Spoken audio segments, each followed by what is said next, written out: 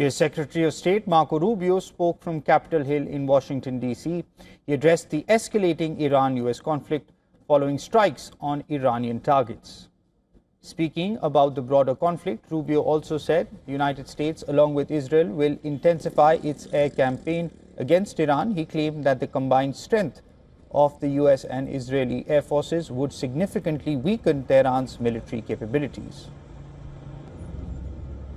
You're going to really begin to perceive a change in the scope and in the intensity of these attacks as, frankly, the two most powerful air forces in the world take apart this terroristic regime and defang it.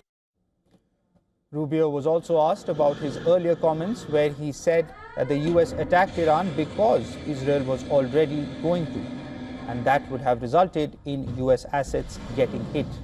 When questioned about this remark, Rubio engaged in this exchange. The president made a decision, and the decision he made was that Iran was not going to be allowed to hide behind its ballistic missile program, that Iran was not going to be allowed to hide behind its ability to conduct these attacks. That decision had been made. The president systematically made a decision to systematically destroy this terroristic capability that they had, and we carried that out. I was very clear in that answer. This was a question of timing, of why this had to happen as a joint operation, not the question of the intent.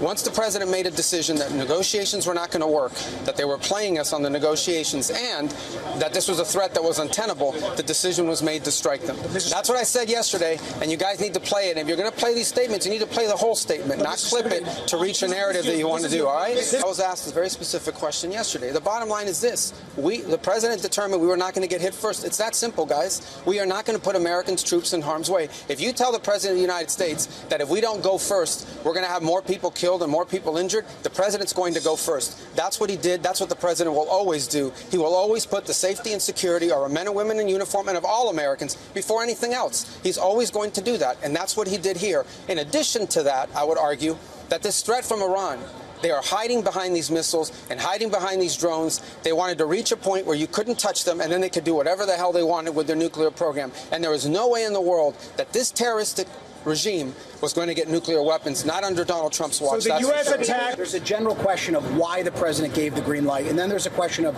why did it have to happen this weekend? Are you saying it had to happen this weekend because of that Israeli action? No, this weekend presented a unique opportunity to take joint action against this threat.